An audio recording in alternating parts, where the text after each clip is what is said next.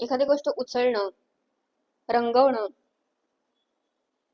परत ती खाली ठेवणं, मग दुसरी वस्तू उचलणं, मग ती रंगवणं आणि परत खाली ठेवणं, ही एक कृती झाली.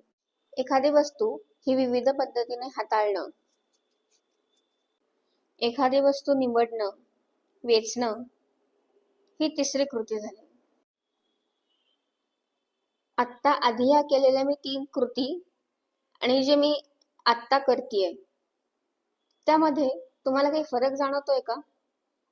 म्हणजे मी फक्त यात बटन दाबतेय, कृती काहीच करत नाहीये. जेव्हा आपण पहिल्या 3 कृती केल्या तेव्हा मेंदूला जास्त प्रमाणात सिग्नल्स मिळाले. त्या तुलनेत जेव्हा आपण मोबाईलवर स्क्रोलिंग केलं, टायपिंग केलं, तेव्हा मेंदू हा पॅसिव्ह झाला.